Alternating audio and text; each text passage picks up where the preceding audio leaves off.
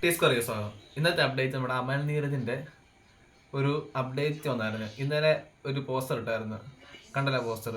ഇന്നലത്തെ പോസ്റ്ററാ. പുള്ളിയാണെന്ന് പറഞ്ഞിരിക്കുന്നത് പുള്ളിയുടെ സിനിമയ്ക്കകത്തെ ക്യാരക്ടറിന്റെ ഓരോ കാണിക്കുന്നുണ്ട്. അപ്പം ഇന്ന് തന്നെ ഇപ്പോൾ രാവിലെ തൊട്ട് കുറേ പോസ്റ്റേഴ്സ്, ഒരു 5 പോസ്റ്റേഴ്സ് വന്നിട്ടുണ്ട്. 5 ഇത്ര പോസ്റ്റർ വന്നിട്ടുണ്ട്.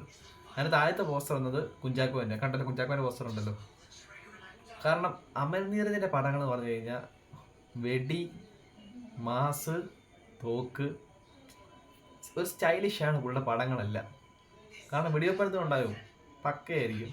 കാരണം ഒരു പക്ക ഒരു ഗ്യാങ്സ്റ്റർ ബേസ് ആണ് ഈ പോസ്റ്ററാണ്, എനിക്ക് മനസ്സിലായി. കാരണം കൈ തോക്ക് നൈസാണ്, കുഞ്ചാക്കോൻ്റെ ആ ലുക്കും എല്ലാം പക്കയാണ്.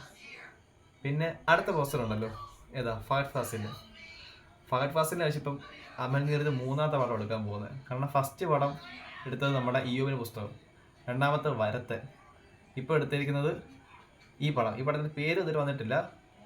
കാരണം ആ ഒരു ലുക്കിനെ വെച്ചപ്പം പക്ക ഗ്യാങ്സ്റ്ററാണ്. അടുത്ത വന്നത് നമ്മുടെ ജ്യോതിർമയുടെയാണ്. ജ്യോതിർമയ ഒത്തിരി കാലങ്ങൾക്ക് ശേഷമാണ് ഒരു പടം വരുന്നത്. ആ ഒരു പോസ്റ്ററും പക്ക ഒരു മാസ് ആണ്. പിന്നെ വന്നത് വീണകുമാറിൻ്റെ പോസ്റ്റർ ഉണ്ടല്ലോ. വീണകുമാറിന് ഇപ്പം അമൽ നീരജ് 2ാമത്തെ പടം വീണകുമാർ എടുക്കുന്നത്. കാരണം ഭീഷ്മയ്ക്കകത്ത് വീണകുമാറുണ്ട്.